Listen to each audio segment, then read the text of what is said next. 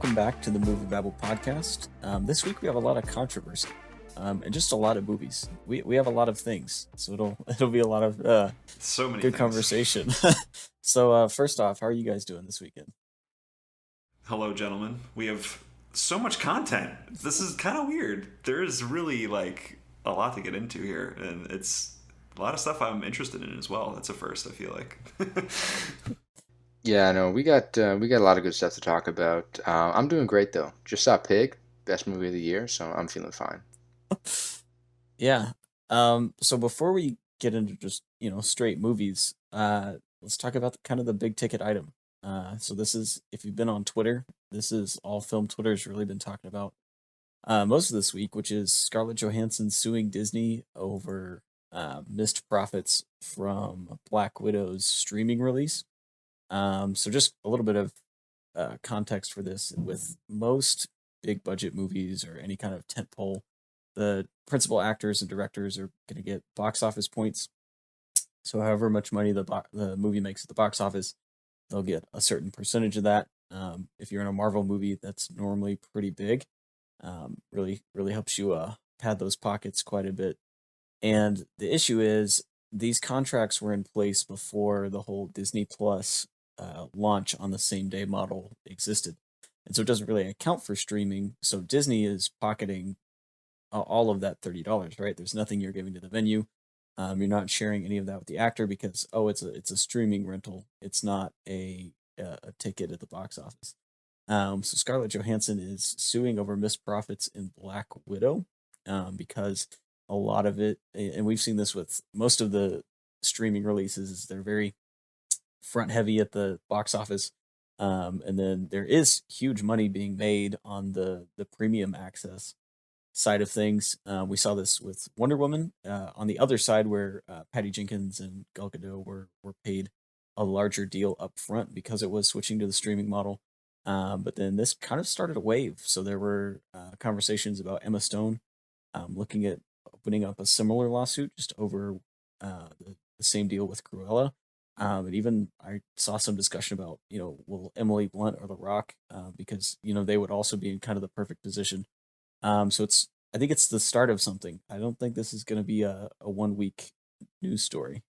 We also saw Gerard Butler jump in there and talk about suing for the first Olympus movie. Did he really? That's amazing. Good for him. He said he lost out on $10 million or something like that.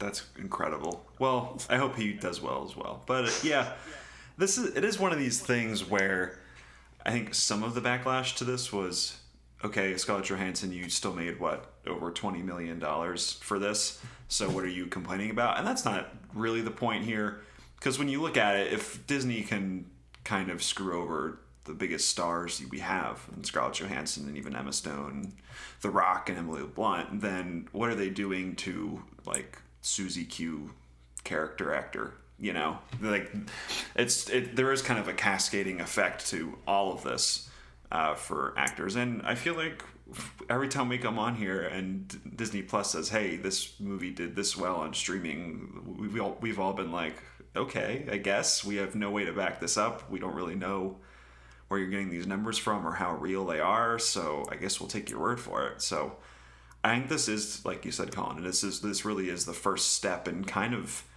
figuring out the lay of the land here and how to rewrite contracts and how to figure out all this streaming stuff, because I feel like we're very much still in the first stages of figuring out how to basically work within this new system. So I think this will be a very long ongoing process for everybody.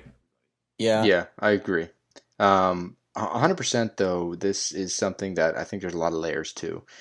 Firstly, it's pretty privileged debating over millions of dollars, but we do have to also talk about how you're right, as what you said, Nick. If they can screw over someone like ScarJo, what are they doing to the people at the bottom, right? Technically, and it's an issue. So I mean, if she has the capabilities and the strength and the money to go after Disney in a lawsuit, I mean, all the power to her, because there aren't many people that can say they can do that. And I mean, we've always looked at Disney as kind of the big villain, right? They're kind of the arch nemesis of. They're like that dark creature. The mouse has Yeah. like this scary connotation sometimes with just the power that Disney has. They got the gauntlet, right?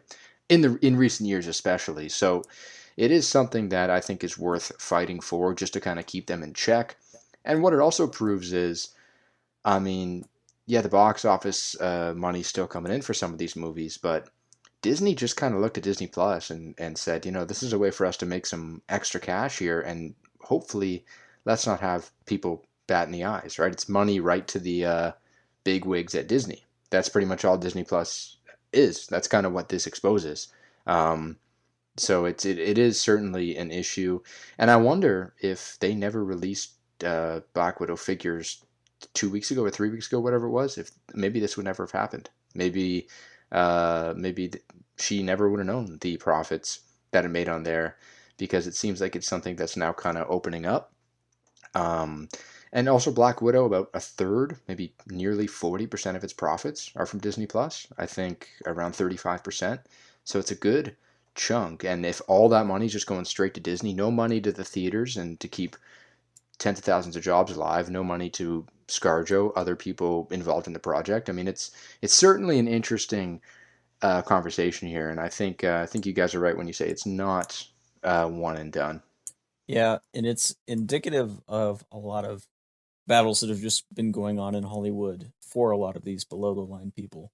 And really for everybody who is not like a ScarJo or that kind of top level person in a movie, which is the fact that on the business side of things, the entertainment industry is always really late to adapting to new technologies. I mean, we're still relying on the Nielsen ratings to like determine the success of TV shows, and nobody watches TV live anymore, right? Like a lot of the models for these things are really flawed, and none of the contracts or just the business models for the way that talent is hired out is really evolved to include streaming, or really compensates for streaming, because part of it is they just don't know how to look at it, right? Is this a rental like you would go to Blockbuster?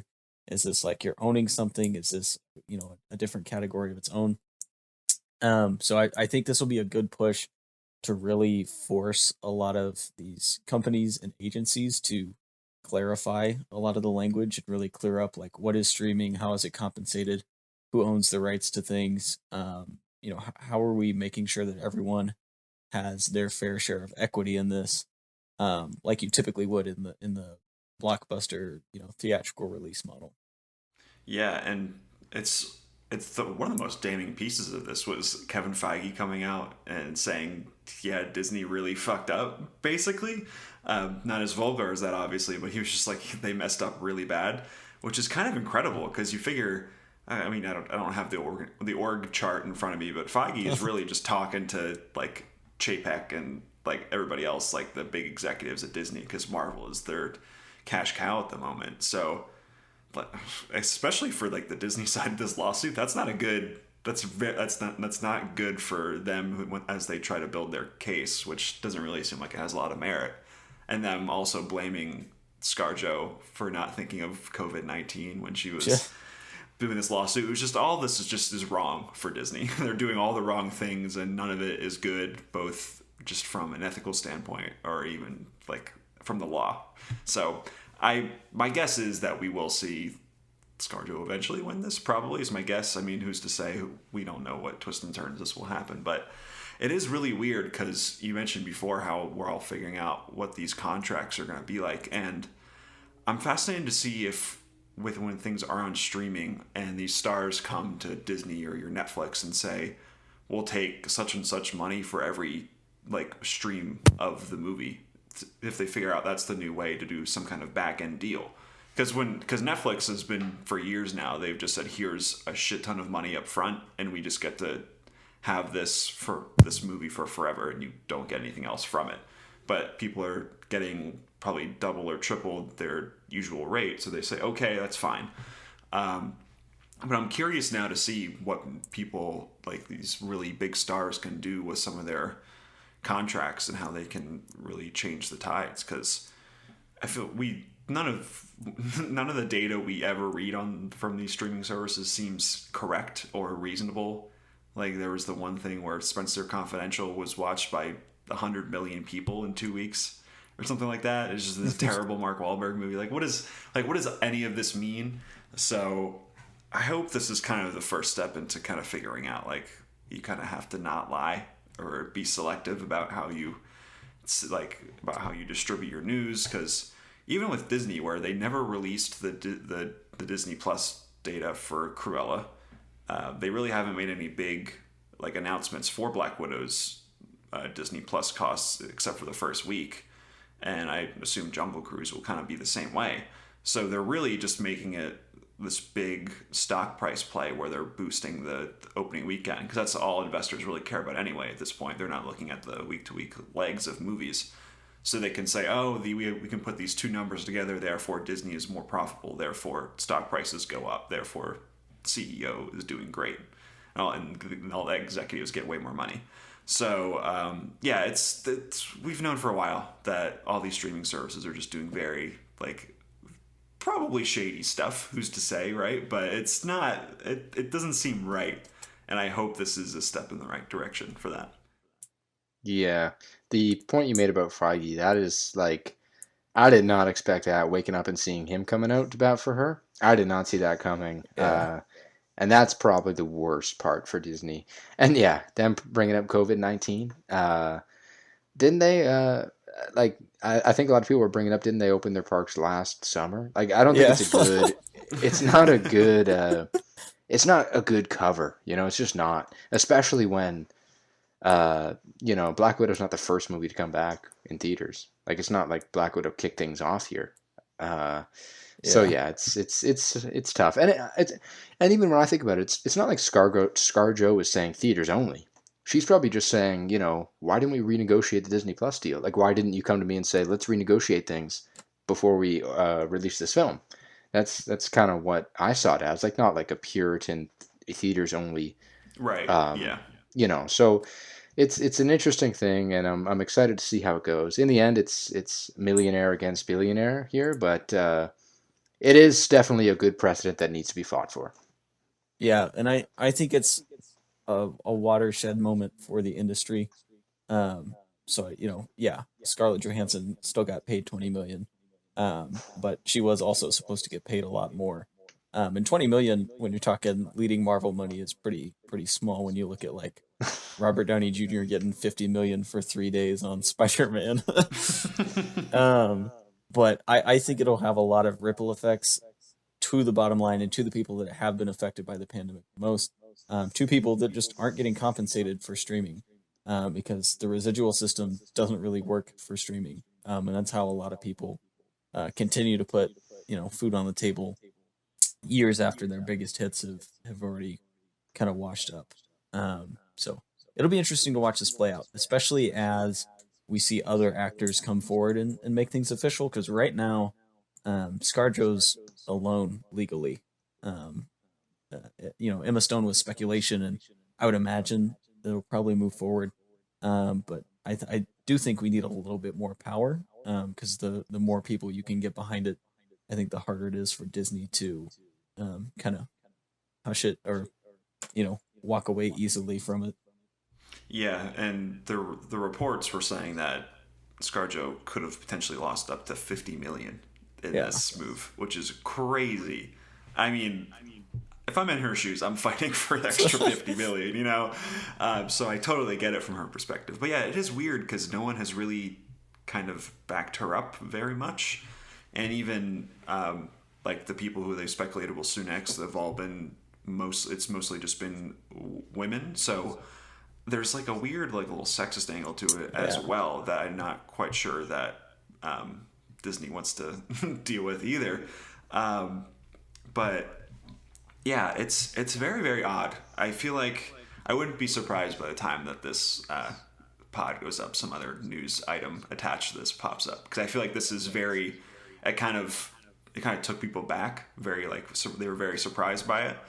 And I think a lot of people are scrambling to figure out what their next move is. Either if they're on the Disney side, or if they want to jump in with ScarJo and kind of mount their case as well, or whatever party they may be. I think a lot of people were very, very surprised by this, and I think I was too. You scroll on Twitter and it says, "Whoa, that's a really big deal." So, we'll see. We'll see how Jungle Cruise reacts, and I don't know. It's gonna be very weird. So let's can the Disney talk for now and talk about Disney. That's cool with you guys. So Jungle Cruise also opened this week to a pretty solid 34.2 million just in box office returns, and then reportedly another 30 million through Disney Plus. So this is one of the strongest. This is one of the strongest pandemic openings we've seen, which further backs my thesis from last week. You can't stop The Rock. He's just gonna sell movies. That's what he does, and it's working. I love how every single time one of his movies comes out, he's the big proponent of it's all about the fans, you know. So his movies get very adequate or like below average Rotten Tomato scores, and he's like, great, fans loved it. The fans loved Baywatch. It wasn't for the critics. The thing is, you don't cast The Rock as your protagonist. You cast your protagonist as The Rock. Like, people are there for him. And as long as he delivers, which he does most of the time, I feel like, everyone's like, I like The Rock in it, so I'd watch it again. But does he? Because I was having a conversation with one of my friends this week where we were talking about how many good Rock movies are there when you look at his? Because there's probably Fast Five, right? It's Fast probably Five. the best. It's I probably would the best say Fast and Furious movie. Fast I like 5 the through sixth 7 one as well, for right on sure. par. Yeah. Yeah, it's really interesting to see how a lot of his movies are just very average. I guess the Jumanji movies are fun for what they are, but like we have Skyscraper or Rampage or even like Hobbs and Shaw, just Moana. Yeah, well, I feel like Moana is different because that's voice work, but you have like Central Intelligence, like very average, The Mummy, to below average movies. Yeah, don't diss The Mummy Returns.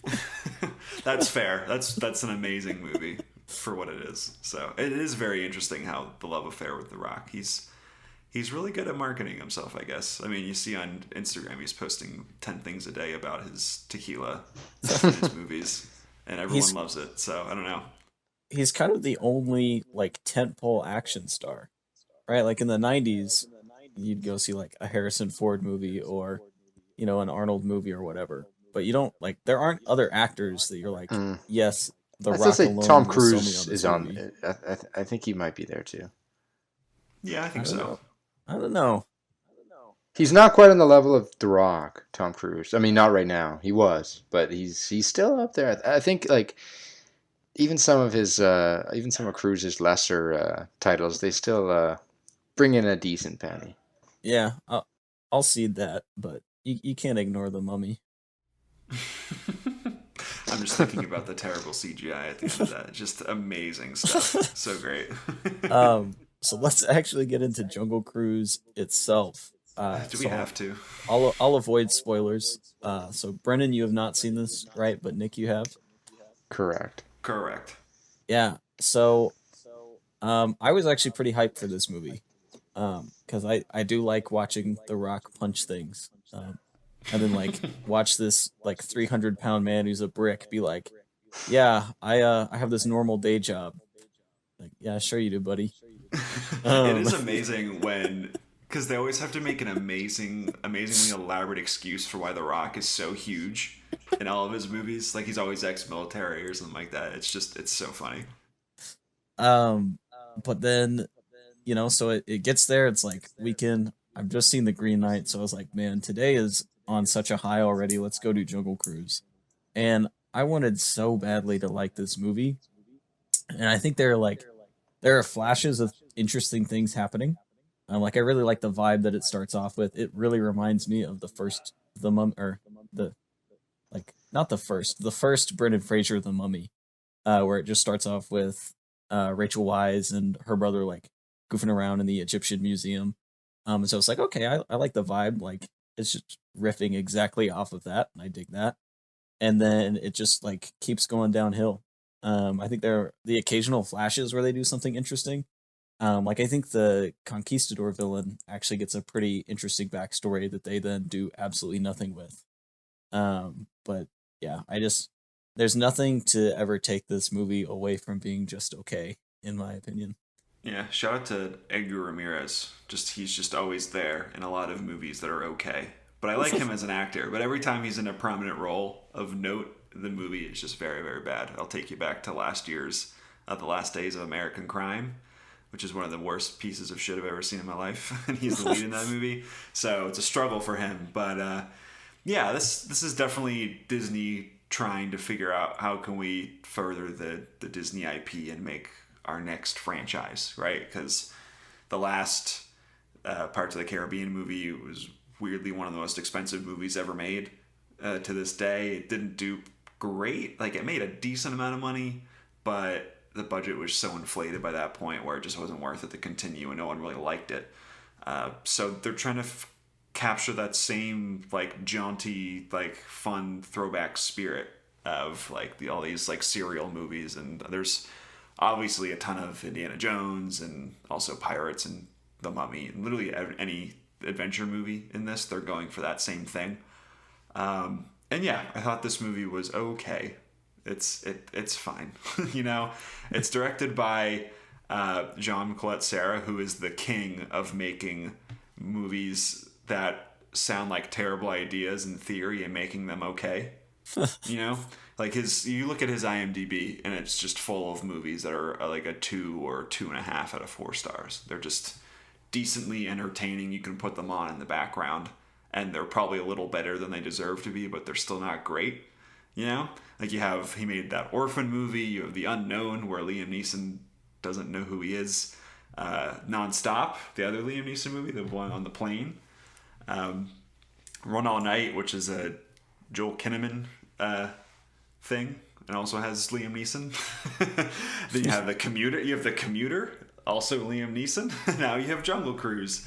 The Shallows thrown in there as well. But yeah, he's just out here making very adequate studio movies. And I feel like this is kind of what this is. It's just a mismatch of things you've seen that are better in other movies, and you might think you won't hate this movie, but you're not gonna walk away with anything spectacular about it either. So that's how I feel. At a certain point, because I mean the riff that it's doing, like riffing off of The Mummy, which itself is riffing off of Indiana Jones, is really obvious from the get-go. And then at a certain point, it just picks up the plot of one of the Pirates of the Caribbean movies and just follows that like beat for beat. And I was like, oh yeah, basically it's basically the one where they go to the Fountain of Youth, pretty much, right? No, that's not the one I was thinking of. All those movies. I don't want to say it because it'd be a pretty big spoiler. It's Jungle Cruise. Brennan will be okay. I'm crying over here. But so I do want to talk about Jack Whitehall's character, who is like Disney's 10th first gay character, which every criticism with all the other Disney gay characters is equally valid here. Like they don't really do anything with it. But I do think this is the first Disney movie to really at least attempt to contextualize it. So there is like one of the few like sitting and talking and feeling scenes in the movie is a scene between his character and The Rock, where he's basically talking about like, hey, here's why we're out in the middle of the jungle. My family tried to get rid of me because I was gay. And then The Rock like makes some like one-liner comment, and then they never address it ever again.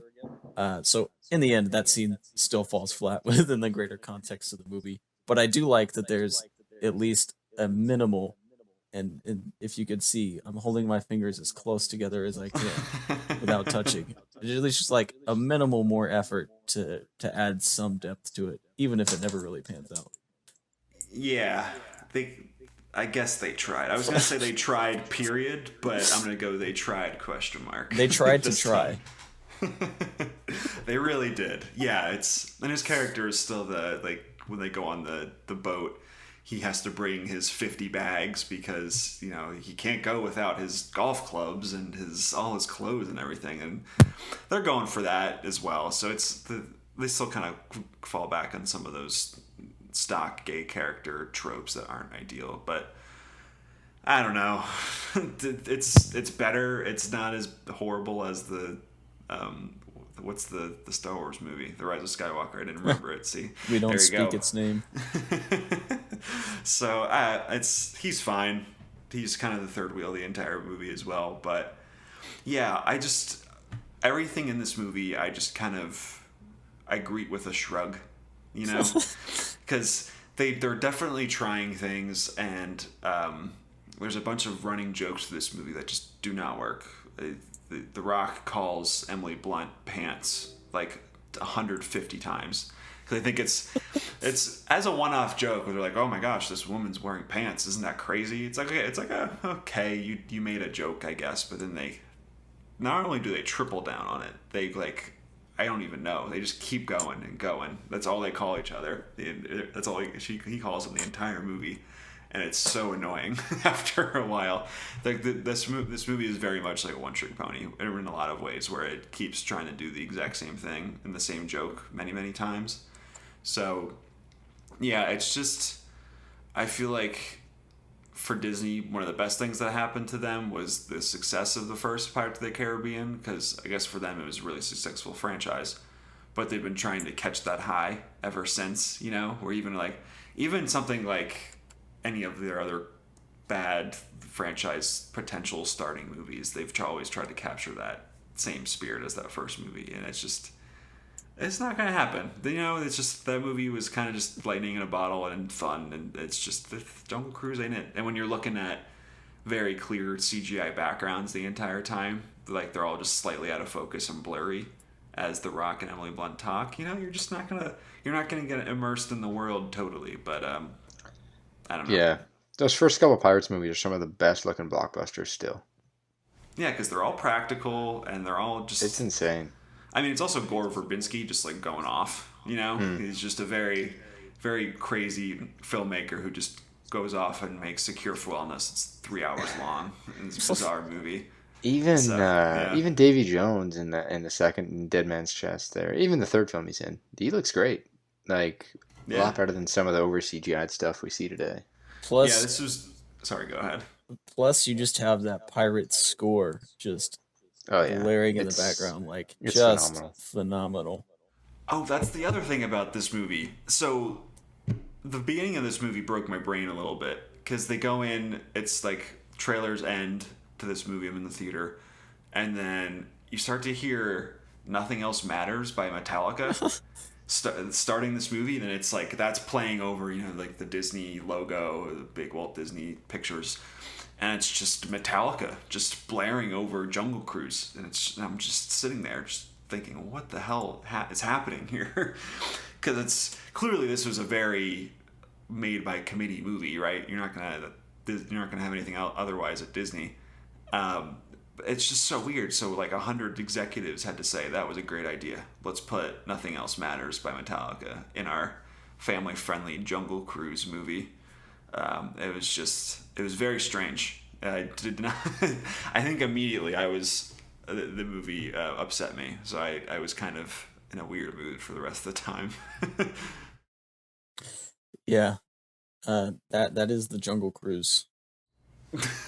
I will say though, it's hard for me, as much as I sound down on this movie, it's hard for me to get mad at a movie where Paul Giamatti is hamming it up as a character named Nilo with a parrot on his shoulder, and also Jesse Plemons with the most cartoonish German accent you've heard in years. So just Jesse Plemons with the most cartoonish accent talking to bees is just one of the highlights of the movie. Honestly, I just want a movie about him. It's just Jesse Plemons just continues to be the best. We don't deserve him. One of the best comedic actors we have. So yeah, Jungle Cruise. I think it'll keep making money. At least it'll Yeah, it'll probably be very top heavy like a lot of these pandemic releases we've seen. Yeah, But it was a it pretty needs the China strong, opening. It needs yeah, some China money. it was a Needs pretty that sweet, strong sweet China debut. money. Yeah, Uh, that they're in a blackout. I don't know when they're gonna play Hollywood movies again. They're every July they do a blackout month just to play Chinese movies, but generally once the blackout ends, they just throw these movies out right away with like no heads up. So I mean, we could even see as early as next week Jungle Cruise drop, but that's the type of movie that would like probably do big business there. I think Rampage made 150 million in China. Skyscraper made 100 million in China. They need that. They need that money there before it's too late. Yeah, before The Rock sues them too. yeah. So since we just talked about a movie that Nick and I saw but Brennan didn't, let's turn the tables. Go to a movie that Brennan saw but Nick and I didn't. So Brennan, take us through Stillwater. Stillwater. This is the film that 5 minute ovation at Cannes, right? Like that's a big deal. However, I felt like this year more than others, every single movie got an ovation at Cannes Film Festival. I feel like that no movie went without getting at least a Yeah. 5 minute ovation. Like at one point, it's like, didn't Annette get the 20-minute standing ovation or something like that? It was like 15 minutes. It was up there. Yeah, So at that point, it's it like, was what up are we there. doing? After minute 3, I'd sit down. I don't care if the rest of the theater is still hanging out. I would sit down.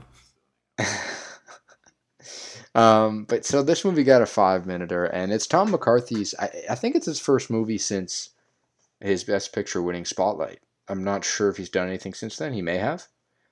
Um, Personally, I'm not Oh, sure. I see. he did Timmy Failure, the movie that Colin and I always joke about, but is apparently pretty good. Okay, so there you go. He did something in between there, but yeah. So he's a guy who's. I mean, he's no stranger, right? This is a movie that also caused controversy this weekend. We'll go into that in a second here, but kind of a movie just about a Midwestern or American, they say here in the description, a roughneck. That's what they call him, Matt Damon. He just pretty much goes to France there as his daughter is in prison. She claims wrongly convicted for something, and Matt Damon just kind of goes there and tries to connect with his daughter, tries to just connect with people. He seems to be quite a downer, and he's clearly had a rough life, as you kind of learn throughout the film, and he just tries to find ways to fight for his daughter here. It's an all right movie. I mean, it's 2 hours and 20 minutes, a little over 2 hours and 20 minutes, and you feel it a little bit. I was kind of enjoying this thing until the third act, when a couple of things happened that I won't say, but it really made me a little shocked. Does It's the nothing water too. become still? The water does become still, yeah. It's it's nothing too crazy, but it kind of went off the rails for a movie that felt so grounded. So I won't say too much more, but if you ever watch Stillwater, you'll know what I mean. Matt Damon's pretty good in this, but it's a movie that I thought had some sweet moments here and there. But yeah, the controversy comes from Amanda Knox, who has spoken out about this movie. Um, I'm not sure why the connection is kind of being talked about here. I think one critic or something connected the Amanda Knox story to this, and then every article just blew up talking about that, something like that. And now she went on Twitter. She released a big thread going after the makers of this movie, which is obviously Tom McCarthy, Matt Damon focus feature. She's going after them, talking about how they're profiting off her story there. I didn't read too much of what she was criticizing them for. I think a lot of it is that it is a lot of real life trauma, but it's an interesting story here, and I think it just adds to how insane this week has been. Yeah. So is the movie good? Where do you ultimately come down on it? It's not bad. I think Matt Damon's good. There's some sweet moments here and there, but it's just a movie that at times it's hard to root for the lead, and I think you see that as I talked about the third act. It's just some things happen that you don't think really fit in a movie like this. It does feel like a grounded prestige awards movie for a lot of it. I wouldn't call it Oscar bait, but it did kind of feel that way. Then the third act, something happens kind of out of a Liam Neeson movie. And you're just like, oh, now I'm interested.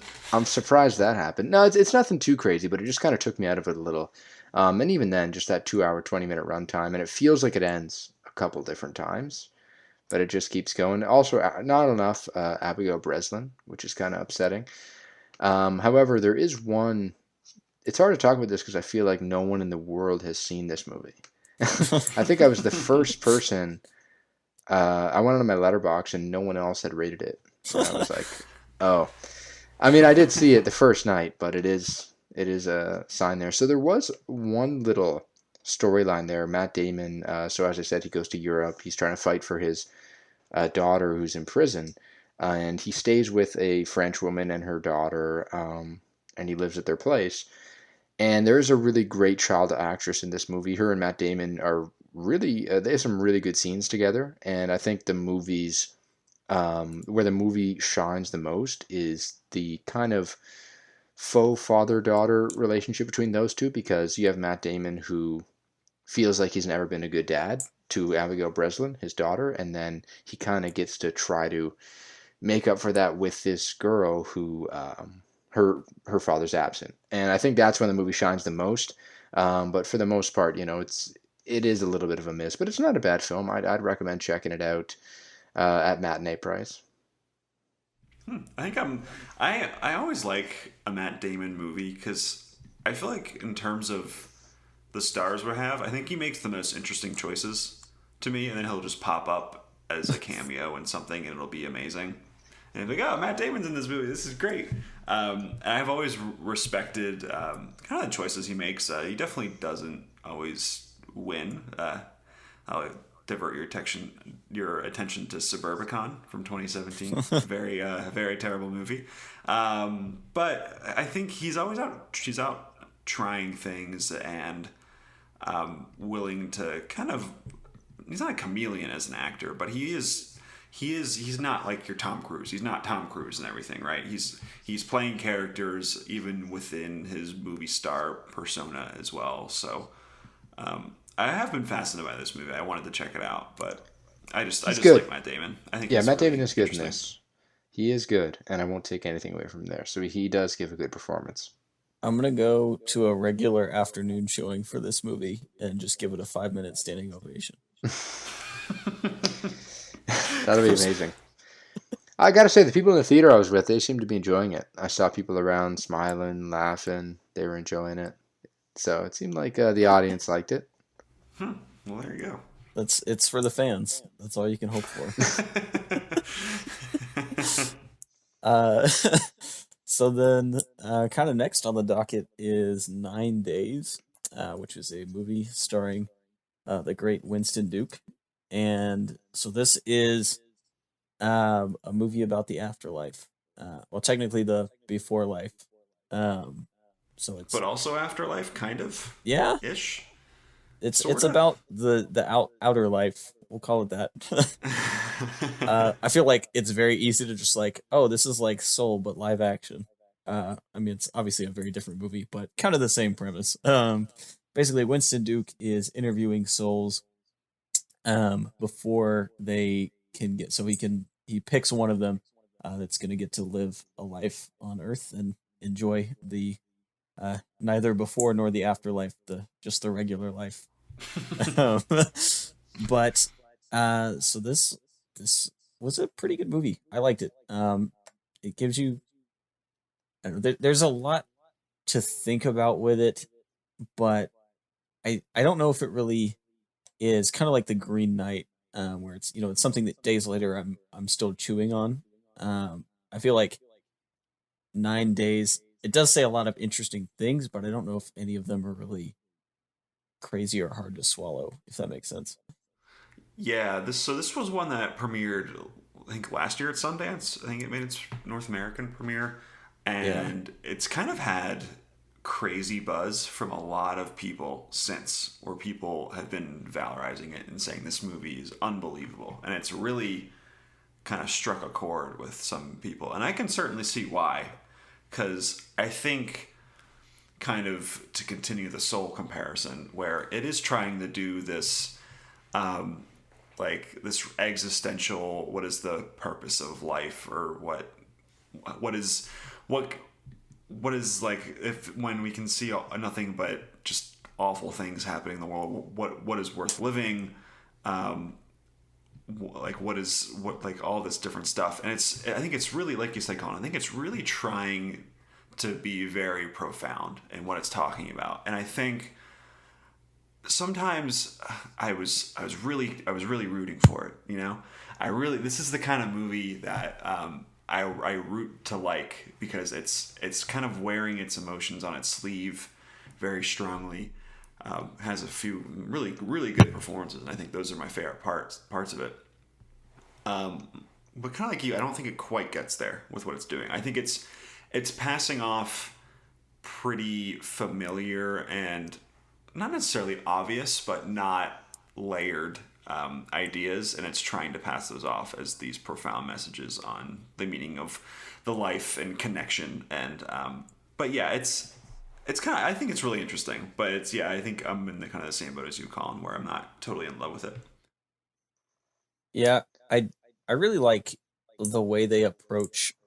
So Winston Duke's character is Will, like the way they approach his job, and I think that's really interesting, the way it builds the world. Because he's not given kind of that omnipotence you normally see with these kind of afterlife or before life figures. So I do think it humanizes him really well within that context, and it's cool to see him be surprised and kind of moved by the stuff he's watching on his 30 TVs every day. So I do like a lot of the ways that they build that world around it, especially with how small of a scale this movie is overall. So I like the world building. Kind of like you said, I really like the performances in this movie as well, but it just didn't, strike me as, oh, this is one of the best things I've seen all year. But it was a really good and a really enjoyable movie. Yeah, I liked it. I think I'm more in the boat there with Nick. How, I really wanted to like it more, and I just don't think it ever kind of hit me like it has a lot of people. It seems like a lot of people are having quite a strong reaction to this, which is cool. I thought there were some stronger parts of this movie where it kind of shined. I love the ending. There's a great little end to this film, and it kind of left me. It left me with some chills there, but then the rest of the movie, it just didn't have me as much as I wanted it to. I think early on, the way everything's set up, I think was great. You have all the, I guess we call them souls, right? They come in, and Winston Duke kind of sets the scene. I think that part was really good. I think the setup's pretty good, but I think this movie could have messed with me a little bit more, if I'm being honest. I think there's one good conversation at the dinner table with Skarsgård and who else do we have at the dinner table there? Zazie Beetz is there Zazie too, Beetz, right? yeah. Yeah. Yeah, Zazie Beetz and Skarsgård. Yeah, they have a great conversation there, and I think that's what I want to see more from this movie, but it just didn't give that to me. I think that one scene there in particular kind of stood out from what I was kind of wanting to get out of it. But yeah, it's not bad, and Winston Duke, he's pretty good in this. Certainly one of the better talents out there right now. Yeah, it's interesting because I was fascinated initially because, right, he's this guy who's he's not a mentor to all these souls, but he's this middle management guy is what he basically bills himself as in this other world, other life, outside of life world that we're in here. He's this guy who's he's almost like a pencil pusher, he's okay, like he's checking off all the boxes and saying, this soul deserves to live, this doesn't. I thought that was a very interesting idea, and I was really curious. I think this movie definitely hooked me immediately, because I think you have that, and the production design, kind of what you, Colin, mentioned before, is really interesting, because it's just this house in the middle of the desert. It reminded me of the end of The Master, where they're riding their motorcycle just like through the desert. It wouldn't surprise me if they filmed in the exact same locations. But yeah, and like these souls just kind of pop up out of nowhere, out of this never-ending landscape, and have these conversations with Winston Duke.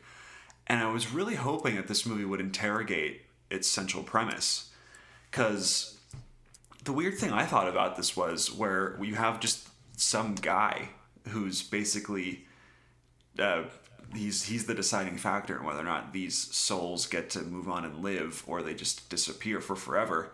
And there you find out more about the Winston Duke character later on as we go to the third act. But I thought it was very odd in this movie that is very interested in kind of spreading this message of overall kindness and acceptance for all walks of life and all the ways people see the world. I thought it was very odd how this movie never once questions if this middle management kind of style of choosing souls is a good idea or not. The entire movie goes along with, oh yeah, this is a good idea, when someone in the real world dies and one of these souls takes their place. But I thought it was very weird how this movie, it never even grapples with the idea of saying, why don't all of these souls get the chance to live? Because you never really get anything with any of these souls where it's like, oh yeah, this person doesn't deserve to live or something like that. Like all these people are pretty pleasant. Toby Hale is in this movie. He's really, really good. And there's a few other really good performances. There's one soul in particular. I forget the actor's name, but he's terrific. But you never quite get a sense of why they're choosing these and why they're choosing these souls and why these souls aren't being picked. So that was kind of odd to me. I wanted a little more there. I felt like it was there wasn't enough explanation there. I don't know. I just felt it was against the themes of the movie. Tony Hale's good in here too, gotta say. Yeah. Tony Hale was really good. Yeah, he might have been my favorite part. Well, Winston Duke, I think, is my favorite. I think we can all agree there. But yeah, Tony Hale's really, really, really terrific in this movie. That's my Forky. Yeah, it's one of those where I think I really wanted to cry at this movie, and I think a lot of people did with it. So that's good for them. I think it's kind of one of those where I think a lot of people can feel hope, and maybe I'm just a cynical asshole, who knows. But I really wanted to like this movie, and I thought it ended up just being okay. I think I'd much prefer some other, maybe even Soul as well. But yeah, it's going for a lot of interesting things. I encourage people to check it out as it rolls out in more theaters, but it didn't quite do it. It wasn't quite there for me. Yeah. So with that being said, let's move on to the big one. Let's go back to Jungle Cruise. So so The Green Knight. I think I'm just going to speak for all of us in saying this was something that was pretty high on our anticipation for the summer. We all walked into this with pretty high hopes. I think we're all going to walk out of it with pretty similar opinions. The Green Knight slaps. I think we can all agree Dev Patel. Yes, we can agree.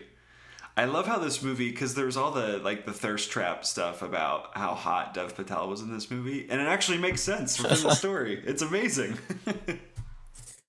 Yeah. Go ahead, Brennan. What a picture. What a picture. No, this is what I needed. I mean, I think it's been a while since I've watched some good cinema at the movie theaters. And I'm just glad this dropped in there here in late July, early August. It was just fantastic, and I can't wait to go again because it looked gorgeous. It sounded gorgeous. I got the score right away. It was just a lot of fun, and I think it was pretty much what I was expecting. I mean, it was still mind blowing, but it lived up to the hype for me for sure. I'm pretty happy with it. Yeah. I love this movie. This movie's great. Sorry, I really like just how unique it is in terms of being an Arthurian adaptation. Like this is unlike any other Arthurian adaptation in the sense that, one, it's not just like there to be a swashbuckling adventure, but B, it has a lot on its mind. And it kind of tackles toxic masculinity in this really unique way. Just taking you back to, what year was King Arthur? Like 1100, 1200, something like that? Sure. Sounds right. 800? to one of the hundreds. And it presents the Green Knight just on a quest for honor, which is, ultimately what I think all of those tales are about in one way or another, but it's much more this like big chivalrous, go kill the bad guys because the bad guys are just straight bad and I'm so good. And the Green Knight has none of that. So we have a very flawed protagonist in Garwin, which isn't spelled like you would think Garwin would be, which just completely blew my mind. But just it's basically Dev Patel just having to like live with himself as he leaves the walls of King Arthur land. I forget what Camelot. And it goes out into the I think English it's countryside. Explicitly King Arthur King land in the movie. King Arthur land. As you can tell, I'm not a Arthur expert. But just like going in and just consistently like getting challenged by the fact that he's not this great honorable knight that he kind of imagines himself as being. And then of course the Green Knight, the titular character, is just awesome. Like, what a cool design.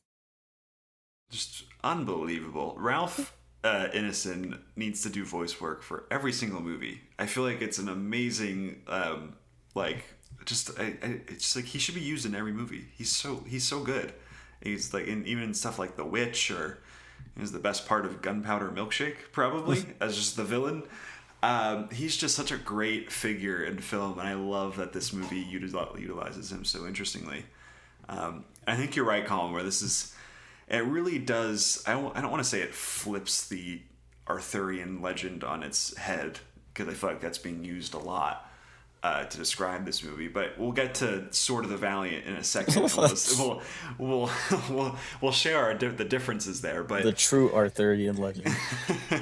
It's amazing how this movie, there really is there a bad guy to this movie? I would say no, in terms of explicitly in the plot. Maybe there's ideas at play, and you can certainly read characters as very, very flawed or even awful in terms of Dev Patel. But the Green Knight figure, he is just a big thematic Trojan horse. He's there to express a whole ton of ideas, and this movie does so wonderfully. It's just this amazing, like, poetic look at fate and free will and morality.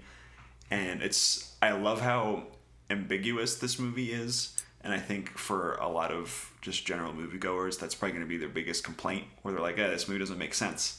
But there's such amazing dream logic to the journey that Dev Patel's character goes on. And then when you get to the end, you could read the ending of this movie so many different ways. And I think that's so cool. And what that says kind of about the ideas that it's flinging at you this entire time. It's just like you said, what a picture. It's so great. Yeah, it was fantastic. I can't wait to go again, though. I don't want to talk about any spoiler moments, but I love the last third of this film. Yeah, I really like the way this movie tackles like just our interpretation of all the Arthurian tales, and like, oh, of course all these guys are legends, but what do they actually do? And there's like a scene very early in the movie where Garwin's like, yeah, I can't wait to be a knight, like it's got to happen today. And then he gets up there and King Arthur's like, so tell me about the interesting things you've done. And he's like, well. He just sits there. And yeah, like really examining like what does it mean to be a legend, like what is really honorable in this land that everything's just kind of shitty to begin with. And then there's lots of sexual elements to the movie as well. There certainly is. That's correct. That's for sure. There's a big one. Yeah, like what a picture. I can't say it any better than Brennan. He just captured my thoughts on that movie. It truly is just like a fever dream of a movie. Because even the editing, because at the beginning there's some really interesting editing choices to what we're seeing, where even when they're just at the round table, and it's when they cut from character to character, they'll throw in it's not quite a dissolve, but it's like a few seconds of a dissolve. It's like a dreamy shift to another character. It's really interesting. And the first time it happened, you're like, whoa, what is going on here? But it really sets the tone for just this crazy dream logic journey that comes after that. Because if you try to like look at this plot and try to like pencil everything in and say this like A goes to B and B goes to C, your head's gonna start spinning, right? Because that's kind of the point of it. It's this crazy mythological story that really doesn't make a whole lot of sense for this main character. And along the way, there's all these great cameos and all the ideas of temptation and lust and fate. It's just so painterly. Like every image looks amazing in this movie. Just David Lowery, what a guy! It's just so impressive. There's just so much craft at every level. The acting, directing, just the production design, costume design. It's just all phenomenal. And it joins Die Hard, and a handful of select non-Christmas movies. Iron Man 3, it's a part of that club now. And so I'm gonna watch this on Christmas Day. Can't wait. Yeah. So really, if you want to get the full experience, you have to watch the first 20 minutes on Christmas this year, and then the next hour and 40 Christmas next year, just to really. That would be a great experiment. Someone's gonna do that out there, right? Someone's got to do that. But yeah, that was a really good movie, and it's when I walked out of the theater, I was like, that was really good. And I hit it with a 4-star on Letterboxd, and then I got home and I was like, no, it definitely deserves 4.5. And now I'm like, you know what? I think it might be 5. So kind of like Brennan, like it's one of those movies that's really stuck with me over the weekend, and just like even as I saw Jungle Cruise right after it, like I was still thinking about The Green Knight while The Rock was like rocking. So yeah. It was an immediate 5-star for me. I jumped on the bandwagon immediately. It's so great. There's just so many interesting interpretations to this movie. And it's kind of one of those where you can't quite talk about the particulars of this movie without spoiling a lot of it, because it's all wrapped up in how you view this movie, right? But man, I'm really happy. There's one thing with the marketing of this movie. I'm so happy that they did not really include a lot of Alicia Vikander, because that's kind of the movie, like so much of what the movie is going after is locked in that character. Well, I guess, I'll leave it there. But I'm just so happy. Like, she was like in one frame of both trailers. Like, oh yeah, she's in this movie. You'll figure it out when you see it. But she, like, her performance, she's just amazing in this movie. I always love her, but I just thought she was just so great in this. Just the whole cast is awesome.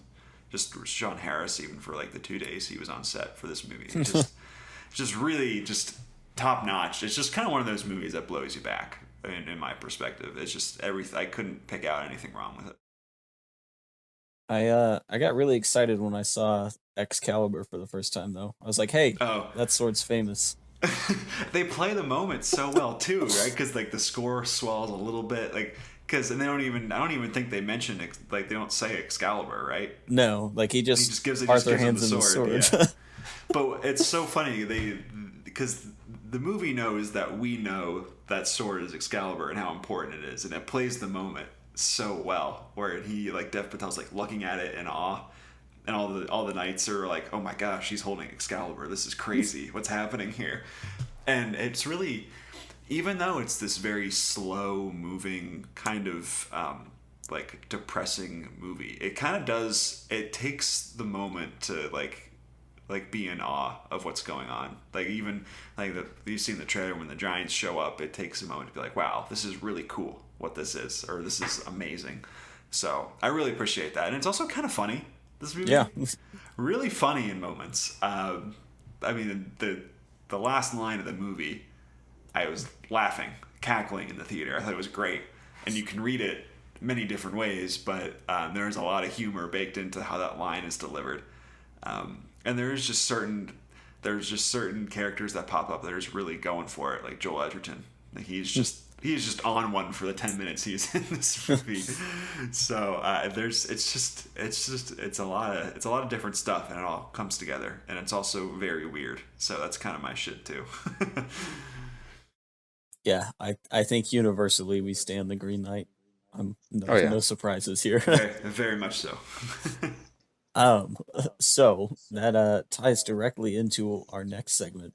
So for this week's MovieBabble Club, in my eternal quest of every Sean Connery movie, the stars aligned. So Sir Sean actually brought the Green Knight himself to life in 1984 with Sword of the Valiant, The Legend of Sir Garwin and the Green Knight, even though it's spelled Gawain, and I don't think they ever actually pronounce it. And like, I don't think anybody actually says his name in this movie. I don't think so either. I think you're right. That's hilarious. So, this is a movie. It feels like a made-for-TV movie from the 1980s, and so I know Nick and I both watched this on Pluto. So I did a little digging, and the cut that we saw isn't actually the original. The original doesn't exist right now. So sad. this is a rescan in the 4:3 ratio, because for some reason when the DVD came out, they're like, what if we take out the CinemaScope and make it look like it should be on a box TV? So I think a lot of the like kind of weird scans in the movie come from that version of the movie. I don't think it really would have changed the quality at all, but that's for sure. That is part of it. So yeah, this is definitely the inferior interpretation of the Green Knight. I really enjoy Sean Connery's first scene as the Green Knight, because he just kind of strolls in. He just steals the show in the court. Like, everybody's looking at him. He's throwing his axe all over. Like, he's basically doing like a baton twirl with it. He's like delivering his challenge, and he's got just like bright green sparkles all over his face. And then the rest of the movie is just a steady downward slope until the credits finally roll.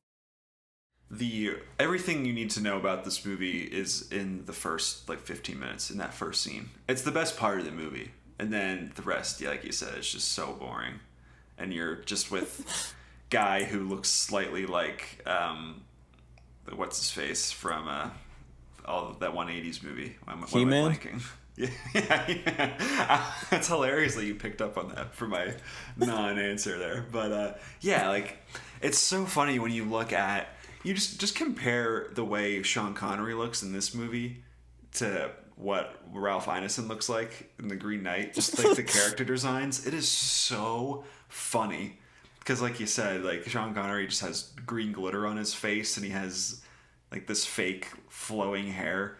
He has like fake leaves like all over his chest, and he has like his chest is popping out, and he just looks so goofy. He looks like a cartoon character, and it's so funny.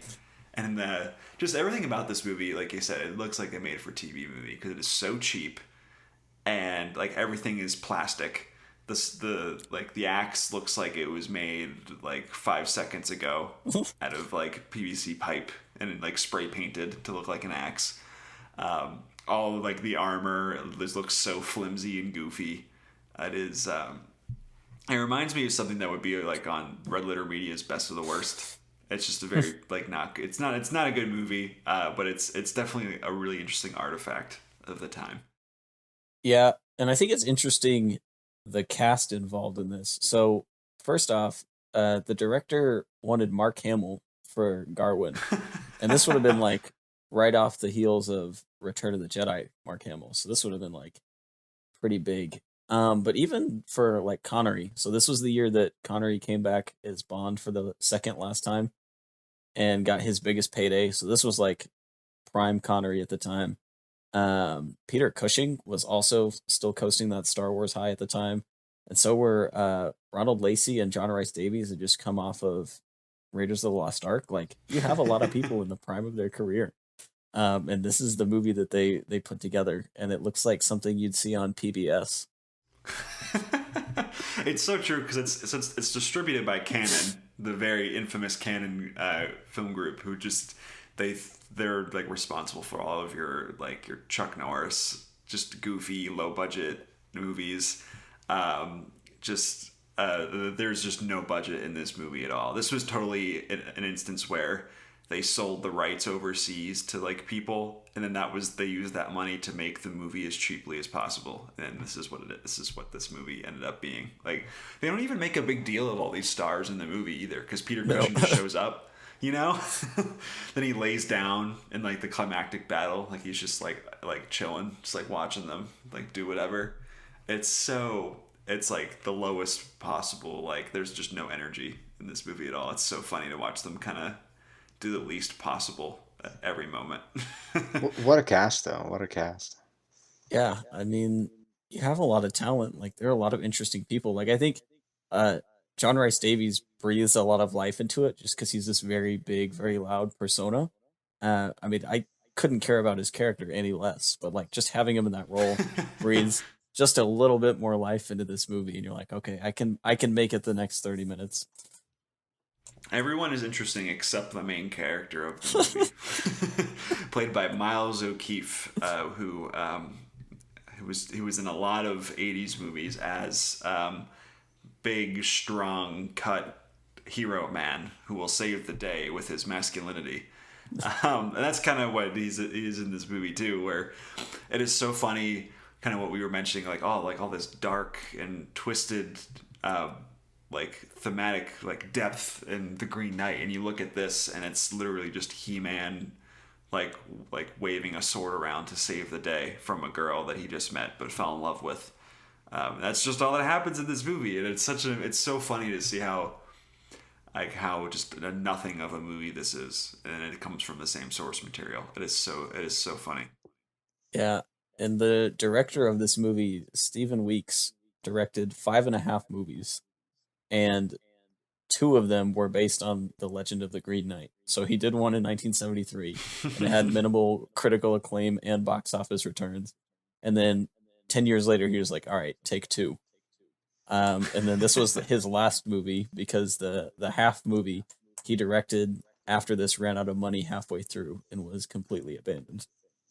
Is that the sequel to Fellini's 8.5? It is the Bengal Lancers with an exclamation point. Yikes. That's tough. Can you imagine putting so much like years of your life into making this adaptation work? And this was the redo, and it's nothing. This was take 2, and yeah, just a baffling movie. Yeah, it's fun I was enjoying myself for the first 30 minutes, because you have the whole 15-minute open with Connery, and he's hamming it up and having a great time. And right before he shows up on screen, I forget who plays the king, King Arthur in this movie, but like they're at their big banquet. One of the soldiers starts eating, and he just picks up a piece of bread and just chucks it at him. And I thought it was the funniest thing ever. And then Connery shows up, and you're like, oh, this is fun. And then He-Man goes out into the forest, and there's like delightfully like low budget stuff, and the sword fights are so terrible.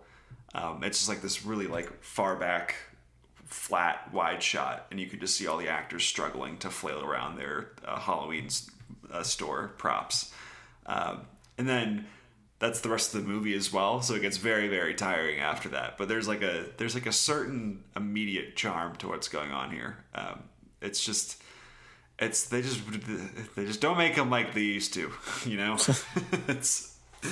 it's just a very bizarre little thing that exists. Listen, it is 37 years later, and we're still talking about it. So they did something right. Criterion release coming next week. But yeah, that was a wild week. Between all the controversy, all the Dev Patel, and all the other Disney stuff going on. So it'll be next week is the Suicide Squad, which looks just insane. I'm ready for it. Like Brennan, I might try and catch Green Knight again just to get my fix. But yeah, that has been this week at the movies. So remember, you can always check us out online at MovieBabble.com, and we'll be back next week talking about movies.